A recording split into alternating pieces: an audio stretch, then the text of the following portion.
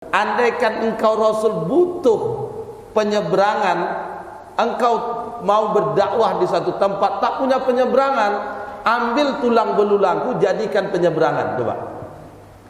Lah ya do Khadijah model itu gini. Kenapa Rasul Khadijah berbuat demikian? Karena sikap akhlak Rasul yang luar biasa. Itu sikap akhlak Rasul kepada istrinya.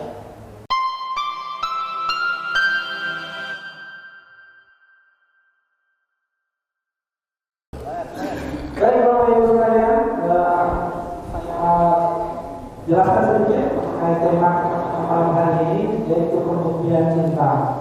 Secara definisi Bapak Ibu sekalian, pembuktian cinta itu adalah tindakan dan sikap kita yang menunjukkan cinta kita kepada baginda Nabi Muhammad SAW. Secara esensi itu terletak pada penghayatan dan pengamalan ajaran beliau. Nah, Bapak Ibu sekalian, kita tarik dari kepada diri kita masing-masing, sudah berapa puluh kali, sudah berapa belas kali kita menghadiri yang namanya acara zikir, dan sudah seberapa banyak pula sifat, perkataan, perbuatan yang kita contoh. Karena kata ulama itu Bapak Ibu sekalian, kalau cinta itu yang pertama sering-sering disebut. Sering-sering disebut. Maka kita setiap hari itu kita bersolat, sering-sering kita sebut. Kemudian apa? Suka menyukai. Ya, seperti pakaian yang kita suka. Nah, sudah sejauh mana kita mencintai Nabi Muhammad SAW. Kemudian pembuktian cinta juga terlihat dari upaya kita untuk mengikuti sunnah beliau. Jadi sunnah Nabi ini tidak satu, banyak. Nanti akan kita bahas dengan guru-guru kita juga. Kemudian dengan merayakan Maulid, harapan kita adalah umat Islam tidak hanya mengenang sosok Nabi, tetapi juga berkomitmen untuk meneladani akhlak dan perilakunya dalam kehidupan sehari-hari. Ini harapan kita Bapak Ibu sekalian. Makanya kita buat sobat hari ini supaya mengenang kepada esensinya. Kalau selama ini kita laksanakan ceramah itu hanya satu arah saja. Dia kalau kadang-kadang fokus masuk telinga kiri, keluar telinga kanan. Ada tersangka tak perlu. Kalau masuk telinga kiri, keluar telinga kiri, terbiasa. Nah, maka pada hari ini kita akan laksanakan talk show. Jadi nanti kita menunjukkan partisipasinya. Jadi Bapak Ibu sekalian untuk bertanya kepada guru-guru kita. Mungkin untuk melatih pertanyaan pertama kepada guru kita Ustaz Khairul Akbar. Ini ada pertanyaan Ustaz. Bagaimana cara kita sebagai umat Islam dapat membuktikan cinta kita kepada Nabi Muhammad SAW melalui tindakan sehari-hari? Mungkin waktunya kami perkenalkan. Ya, Ustaz. Ya.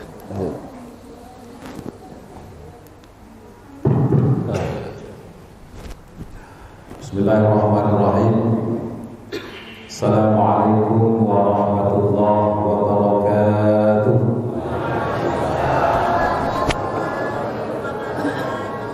Apa kabar Bapak-Ibu semua? Alhamdulillah sehat walafiat. Sehat lahir dan batin.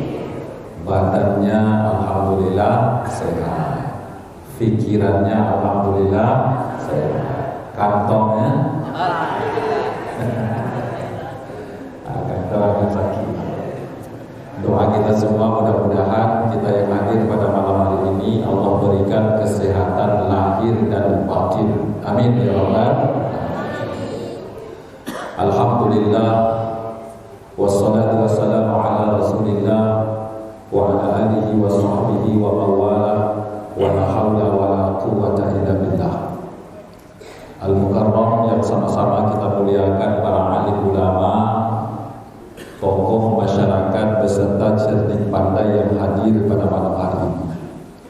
Wabil khusus yang kita muliakan guru kita Ustaz Hidayat yang hari ini terus terang saya baru kali ini bertemu dengan beliau.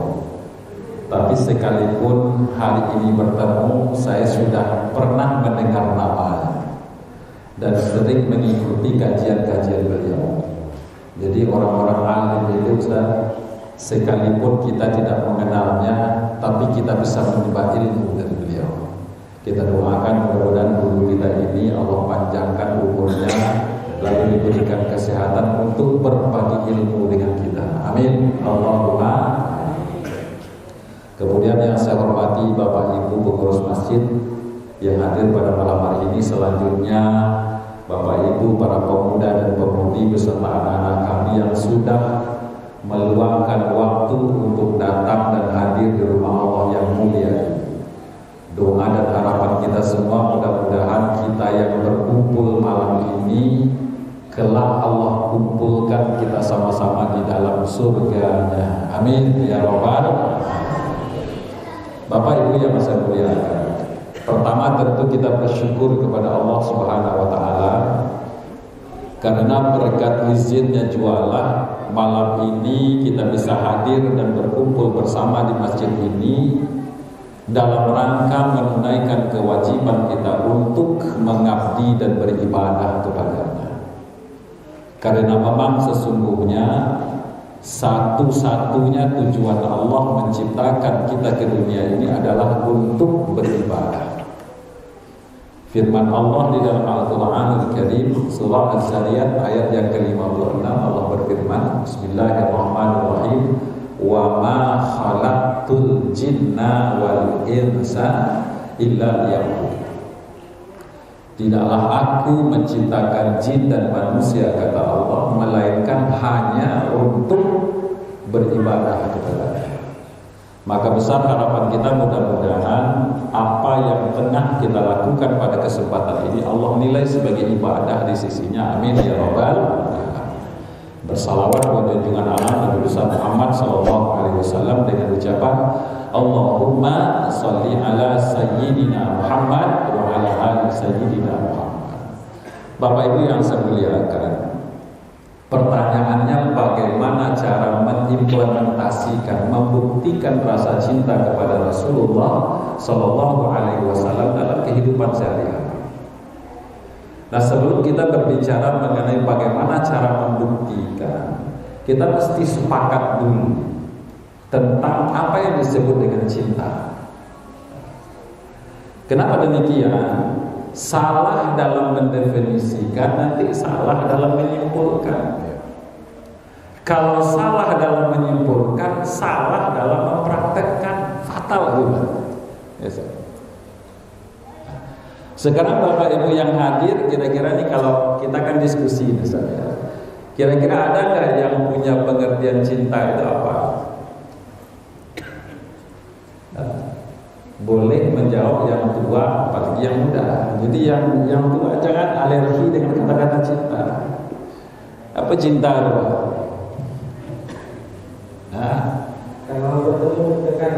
Kalau bertemu deg-degan ada cinta. Cinta versi generasi milenial misalnya. Kalau generasi kolonial apa makna cinta? Malu-malu ya. Nak bersogok malu, nak mengecek langsung tak berani, itu kolonial. Itu definisinya. Kalau berbeda kita dalam mendefinisikan cinta, nanti kita nggak sepakat. Sama dengan maulid ini. Orang kan hari ini berbeda. Ada mengatakan maulid boleh, ada yang tidak.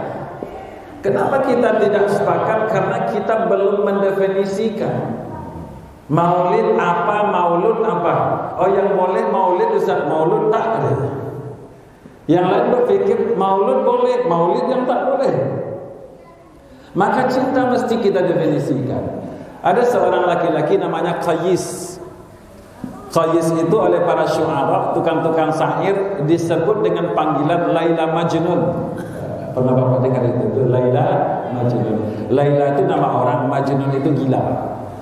Lailanya bukan gila, tapi Qais ini jadi gila gara-gara mencintai Laila.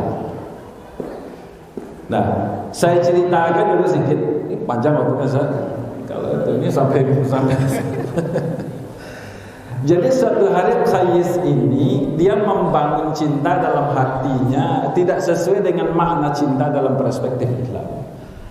Kawan-kawannya bertanya, "Ayyuhal Qais, ya, amid dunya turidu amil laila ma fi toyaha." Wahai Qais, kata kawannya, siapakah yang paling engkau cintai? Dunia dengan seluruh isinya atau Laila? Ini kalau pertanyaan ini ditujukan kepada kita Pak yang hari ini sedang kasmaran gitu. Deden baka baju siroy yo dedennya. Lalu apa jawaban Qais ketika itu dengan jawaban yang mantap? Apa kata dia? Lakbaratu ni'aliha ahabbu ilayya. Satu titik debu yang ada di sandal Laila lebih saya cintai daripada dunia dan seluruh isinya. Coba lihat. Ini cinta yang dibangun oleh Qais sehingga membutakan matanya, membutakan jiwanya. Maka pada akhirnya apa yang terjadi? Qais jadi gila. Di akhir ayatnya kita baca dalam riwayat, akhirnya dia sembuh Ustaz. Ketika dibawa oleh bapaknya berdoa di pintu Ka'bah, akhirnya Qais sembuh. Itu cerita Laila Majnun. Padahal yang perlu kita pahami adalah cinta itu adalah anugerah langit. Dia pemberian dari Allah Subhanahu wa taala. Kalau dia pemberian Allah, tidak mungkin cinta itu menyengsarakan. Betul enggak, Pak? Jika ada sebuah rasa, kemudian rasa itu membuat orang melakukan dosa, maka itu bukan cinta. Jika ada sebuah rasa, lalu kemudian rasa itu membuat dia berleha-leha dengan waktu, melakukan hal-hal yang tidak bermanfaat, maka itu bukan namanya cinta. Hari ini kan ada istilahnya, Ustaz. Pagi ingat, waktu makan ingat kamu, waktu tidur ingat, waktu kerja ingat, kamama saya ingat kamu. Maka ketika waktu sudah dihabiskan ya untuk melakukan hal-hal yang tidak bermanfaat, maka itu bukan cinta. Apa namanya itu? Wasawisus syaitan. Itu adalah gangguan dan godaan syaitan. Maka mahabbatur Rasul adalah rasa cinta yang dibangun dalam rangka mencintai Rasulullah sallallahu alaihi wasallam. Lalu bagaimana membuktikannya? Kan cinta itu perlu bukti ya, Ustaz. Dulu zaman radio, kini zaman televisi. Dulu zaman cerita, kini zaman bukti. Kalau cinta apa buktinya? Kan gitu, Ustaz. Karena kadang-kadang mohon maaf, bahasa tidak bisa mewakili perasaan. Ya, Pak. Ada orang mengatakan akan kutunggu kamu 1000 tahun lagi. Ya enggak tahu. 60 tahun umur apa ya kamu saja. Lah tungket 30 tahun saja enggak bisa ke masjid lagi karena maleh. Maka kata tidak bisa mewakili perasaan. Ya. Maka cinta yang sesungguhnya adalah cinta kepada Rasulullah SAW dengan meneladani beliau dalam kehidupan sehari-hari. Kita bisa baca sejarah, ya, betapa banyak para sahabat Rasulullah SAW yang menunjukkan bukti cintanya kepada Nabi. Ya. Sebutlah salah seorang sahabat Nabi, umpamanya nih, Abu Bakar As-Siddiq. Ya. Zaman dulu orang membuktikan cinta itu dengan berbagai hal. Ada dengan rasa, dengan persahabatan, dengan kekayaan. Dalam rangka apa? Menunjukkan bahwa dia cinta. Suatu ketika tatkala Nabi SAW dengan para sahabat akan berangkat perang Tabuk, dia kumpulkan para sahabat di hadapan sahabat, katanya, wahai saudara-saudaraku, kita mau berangkat ke medan tempur, kita ada perbekalan. Ada nggak di antara kalian yang akan menyumbangkan sebagian kecil harta benda dan kekayaan kalian sebagai bekal untuk menuju medan pertempuran? Nah, Abu Bakar menunjukkan rasa cintanya. Apa kata beliau? Ya Rasul, aku serahkan semua hartaku, semua kekayaanku untuk bekal menuju medan pertempuran. Cintanya ditunjukkan dengan jalan bersedekah. Sampai-sampai ada sahabat yang bertanya, "Wahai Abu Bakar, engkau serahkan semua kekayaanmu kepada Rasulullah sallallahu alaihi wasallam, apa yang hari ini engkau miliki?" Apa jawabannya, Pak? "Imtalaktullah wa rasulah." Aku memiliki Allah dan Rasul. Cinta. Khadijah Al-Kubra, istri Nabi. Siapa yang terkenal dengan Khadijah? Riwayat menceritakan satu-satunya perempuan yang paling kaya saat itu adalah Khadijah. Kenapa Khadijah ini jadi orang kaya? Di samping dia memang berasal dari keturunan orang kaya, ya, Khadijah ini Bapak Ibu yang saya muliakan, ternyata sebelum beliau menikah dengan baginda Nabi SAW, beliau pernah nikah 2 kali. Ini kajiannya masih tentang mewujudkan cinta, ya. Suami pertamanya namanya Atik Al-Mazumi, seorang saudagar kaya, orang kaya. Setelah menikah beberapa tahun tidak dikaruniai anak, lalu kemudian suaminya ini sakit. Sakit dalam jangka waktu yang cukup lama. Malam tak dapat ditolak, mujur tak dapat diraih. Meninggal suaminya ini, Pak. Tradisi orang Arab kalau suaminya meninggal dunia, semua kekayaannya jatuh ke tangan istrinya. Nah, coba Anda. Lalu dia nikah lagi dengan seorang laki-laki kaya lagi. Jadi Khadijah itu memang pindah dari orang kaya satu ke orang kaya yang kedua. Menikah tak sampai 1 tahun meninggal lagi suaminya ini. Lagi-lagi semua kekayaannya jatuh ke tangan Siti Khadijah. Ya, bayangkan Pak, 2 orang kaya dikumpulkan oleh 1 orang perempuan namanya Khadijah. Kira-kira laki-laki mana yang tak mau Pak? Kalau orang kampung awak mengecek dapat durian, durian runtuhan namanya tuh. Tapi Rasulullah menikahi Khadijah bukan karena itu. Mana buktinya? Di usia 25 tahun dia pinang Khadijah dengan mas kawin 100 ekor onta.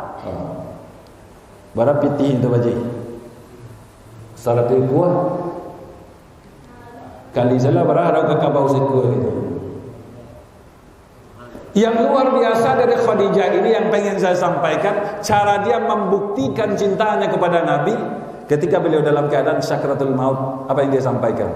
"Wahai sahabatku, selama saya Khadijah mampu membantu perjuangan dan dakwah Rasulullah SAW, hampir semua waktuku, bahkan hampir semua hartaku, aku persembahkan kepada beliau. Kalaulah nanti ajal sudah datang, kematian sudah menjemput, gali kuburanku, ambil tulang belulangku kalau dibutuhkan untuk menegakkan dakwah Islam." Lihat, lain Khadijah ini mana itu tuh? Apa? Yang bana Khadijah, apanya? Nama dia itu Allah. Nah, maka mewujudkan cinta itu tak mesti seperti Khadijah. Jangan berikut tiba di rumah. Anak dalam hari keluar seluruhnya saja. Salah konsep. Jadi paling tidak hari ini bagaimana kita istiqomah meniru dan mencontoh Rasulullah SAW. Mungkin itu dulu saja. Terima kasih Ustaz atas penjelasannya luar biasa. Jadi kalau memang dibandingkan dengan sahabat-sahabat dan tadi pada zaman lalu itu, cinta kita sekarang ini sangat lemah sekali. Ya. Selanjutnya kalau kita berbicara ke Ustaz Hidayat Sahroka ini, pertanyaannya, apa ajaran Nabi Muhammad SAW yang menonjol tentang bagaimana menunjukkan kasih sayang dan kepedulian terhadap sesama? Karena cinta ini kan tidak hanya kepada baginda Nabi, tetapi juga kepada sesama, baik itu umat Muslim maupun umat non-Muslim. Nah, itu dulu lah. Ya, izin Kak.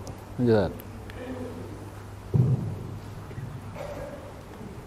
Baik, bismillahirrahmanirrahim. Assalamualaikum warahmatullahi wabarakatuh. Waalaikumsalam warahmatullahi wabarakatuh. Tadi udah disapa Ustaz Khairul Akbar.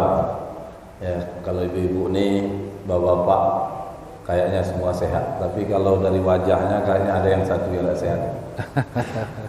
Badan sehat, sehat semua ya. Tadi pikiran sehat, alhamdulillah. Kantongnya betul-betul sehat enggak? Nah, mudah-mudahan selesai acara ini nanti Allah mudahkan dan lapangkan. Amin Ya. ya Allah. Karena memang salah satu dari bentuk ketaatan itu adalah berbuah hikmah. Hikmahnya itu adalah wa yarzuquhu min haitsu la yahtasib. Ya Allah, kasih rezeki yang tak diduga-duga. Baik Bapak Ibu yang dimuliakan Allah, alhamdulillah salatu ala sayyidina Rasulillah sayyidina Muhammadin ibn Abdullah wa ala alihi wa sahbihi wa man tabi'ahu wa wala. Allahumma shalli ala sayyidina Muhammad wa ala ali sayyidina Muhammad. Assalamu alayka ya Rasulullah. Allahumma faqina fid din wa zurriyatana wa alimna ta'wil. Amin ya rabbal alamin. Amma ba'd. Jujur Ibu Bapak, saya ini agak sungkan panas dingin duduk samping Pak Ustaz Khairul Akbar. Apalagi beliau ini mengisi sesi yang pertama. Jadi saya bingung apa yang mau saya sampaikan. Ya, inilah resiko kalau dapat bagian sesi kedua. Nah, walaupun dibagi pertanyaannya, tapi ya bingung kita mau menyampaikan apa. Apalagi ya yang disampaikan beliau tadi kisah Qais Laila Majnun, kaitannya dengan kecintaan dengan Nabi Sallallahu Alaihi Wasallam. Namun meski demikian ya saya berupaya mencoba untuk bisa mengikuti dari belakang, walaupun tak bisa mengimbangi mengikuti dari belakang. Baik Bapak yang berbahagia, kita langsung saja. Tadi terkait dengan aspek yang menonjol, sikap yang menonjol dari Nabi Sallallahu Alaihi Wasallam terkait dengan kasih sayang beliau dengan sesama. Karena cinta itu tentu tidak hanya kepada ya Allah, tapi juga cinta ada kepada sesama. Ya. Nah, bagaimana apa aspek yang paling menonjol kecintaan atau kasih sayang Rasul itu kepada sesama? Yang itu bisa kita contohkan dalam kehidupan kita sehari-hari. Nah, ini sebenarnya sudah clear dicontohkan Nabi sallallahu alaihi wasallam dari akhlak beliau. Ini yang masyhur kita dengar dalam penyampaian guru-guru kita, di mana baginda Nabi sallallahu alaihi wasallam dalam sebuah riwayatnya mengatakan, "Innama bu'ithu liutammima makarimal akhlak." Jadi innama di situ lil hasar, itu menjelaskan pembatasan. Batasan untuk apa? Diutusnya Rasul itu untuk menyempurnakan akhlak. Jadi bukan yang lain. Namun perlu digarisbawahi, akhlak yang dimaksud di sini adalah sesuatu yang baik, efek positif dari sesuatu yang dilakukan. Apa sesuatu yang dilakukan itu adalah syariat. Makanya akhlak di sini kalau digambarkan oleh Syekh Muhammad Husin Abdullah dalam kitabnya Ad-Dirasat fil Fikril Islam, itu akhlak itu efek positif dari pengamalan syariat. Artinya posisi akhlak itu kalau digambarkan seperti pohon, itu posisinya pada posisi buah. Karena pohon itu digambarkan dibagi tiga. Ada bagian akarnya, ada batang, ranting dan daunnya, ada buahnya. Ya, ini Allah abadikan di surah ke-14 Ibrahim ayat ke-24-25. Ya. Di mana itu digambarkan akar itu apa? Akidah. Basicnya, landasannya. Batang, ranting dan daun itu adalah ketaatan, ketakwaan atau syariatnya. Dari akar melahirkan batang. Batang ini, ranting, daun menghasilkan buah. Buahnya apa? Itulah akhlak. Makanya jangan pernah berharap buah tanpa pohon. Mustahil tumbuh pohon tanpa akar, kecuali pohon apa? Pohon kertas. Pohon palsu. Itu kan banyak, Pak. Tak perlu disiram, hijau terus dia. Ya, tak perlu pakai akar. Tapi kalau pohon yang hidup itu mesti tumbuh di atas akar. Akar itu apa? Akidah. Batang, ranting, daun itu adalah syariatnya. Maka dari akidah atau akar yang kokoh sebagai penopang tumbuhnya pohon, yakni sebagai penopang dari pengamalan syariat. Nah, dari situlah melahirkan buah yang bagus. Buah yang bagus adalah diantaranya mardotillah, ridho Allah, yakni akhlak itu sendiri. Nah, makanya kalau yang dicontoh dari Nabi kaitannya dengan aspek kasih sayang, itu akhlak Nabi udah clear. Nabi udah contohkan bagaimana sikap berasul dengan istrinya, ya. Apalagi tadi udah dikisahkan, ya, oleh guru kita Ustaz Khairul Akbar, sikapnya Ummu Khadijah itu luar biasa itu. Tidak mungkin Ummu Khadijah bersikap demikian itu kecuali karena Rasul juga bersikap lebih dari itu. Tidak tanggung-tanggung wasiatnya. Tidak tanggung-tanggung. Izinkan kami mengulang kembali. Andaikan engkau Rasul butuh penyeberangan, engkau mau berdakwah di satu tempat tak punya penyeberangan, ambil tulang belulangku jadikan penyeberangan. Coba. Lah ya do Khadijah model itu gini. Kenapa Rasul Khadijah berbuat demikian? Karena sikap akhlak Rasul yang luar biasa. Itu sikap akhlak Rasul kepada istrinya. Ya, yang kita bisa contoh kasih sayang Rasul yang begitu luar biasa. Sehingga Rasul SAW dalam sebuah riwayat mengatakan, khiyarukum khiyarukum li ahli, ana khairukum li ahli. Ya. Sebaik-baik kalian adalah orang yang paling baik dan keluarganya. Aku orang yang paling baik di antara kalian. Aku berbuat baik terhadap keluargaku. Maka Nabi sudah contohkan bagaimana sikap beliau dengan keluarga, yakni istri. Bagaimana pula sikap beliau dengan anak. Tidak hanya anaknya, termasuk anak-anak kaum muslimin. Dalam sebuah riwayat kisah itu diceritakan, pernah Nabi SAW membawa putranya Ibrahim. Ibrahim ini kan anak Nabi SAW, itu lahir dari rahim Maria Al-Qibtiyah, seorang istri beliau dari keturunan Mesir. Ya, ini Ibrahim pernah diajak berjalan. Nah, ketika mau berjalan itu Ibrahim ini betul-betul disayangi Nabi dan sering dicium oleh Nabi. Nah, kira-kira kita selaku ayah, ini contoh seorang ayah kepada anak. Lai pernah awak mencium keningan awak, kecuali waktu kecil bayi. Hah? Padahal ciuman seorang ayah itu kasih sayang yang luar biasa. Tidak hanya sekedar dicium, diiringi dengan doanya. Dan banyak sahabat yang mengalami demikian. Jadi didoakan oleh Nabi. Seperti doa yang kita kutip di awal tadi, ya. Allahumma faqihhu fiddin wa alimu ta'wil. Ya Allah, berikan dia, faqihkan dia dalam urusan agama dan takwil, dan faqih dalam perkara mentakwilkan agama. Nah, ibu bapak yang muliakan Allah, ini contoh, ya, kasih sayang Nabi dengan anak-anak. Begitu juga dengan sahabatnya. Sahabat Nabi juga demikian. Ya, Rasul dengan sahabatnya begitu luar biasa. Saking kurang apa lagi sayangnya Nabi dengan sahabat, hampir tidak ada sahabat, bahasanya semua sahabat Nabi kenal karakternya. Itulah makanya ada sunnahnya dari Nabi SAW mengajarkan ketika habis sholat itu Nabi berbalik kanan. Assalamualaikum warahmatullahi, assalamualaikum warahmatullahi. Ya, nanti habis sholat salam beliau balik kanan. Ngapain balik kanan? Itu ngabseni, nengoki sahabatnya satu-satu. Ada satu sahabat yang tak hadir berjamaah, itu Nabi tahu ini sepulan kemana, sepulan kemana, sepulan kemana. Bahkan bayangkan ibu bapak, jangankan karakter sahabat, langkah kaki sahabat tuh hafal Nabi.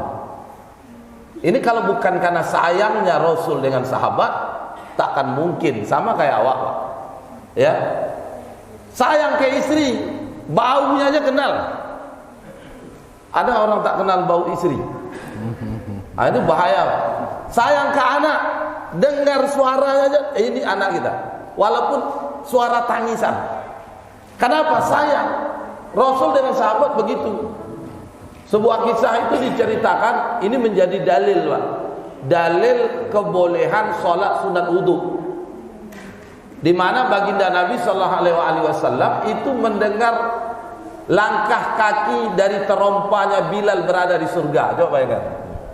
Langkah kaki sahabat itu kenal Rasul. Kenapa? Karena sayangnya Rasul dengan para sahabat Nabi sallallahu alaihi wasallam, ya. Nah, sampai langkah kakinya Bilal terdengar di surga. Padahal Bilal masih hidup di dunia. Dalam riwayat itu ditanya, apa amalan yang kau lakukan sehingga aku mendengar langkah kakimu, terompamu berada di surga? Namun Bilal menjawab, aku tidak melakukan apa-apa ya Rasul kecuali apa yang kau ajarkan. Nah, namun setiap kali aku berwudu,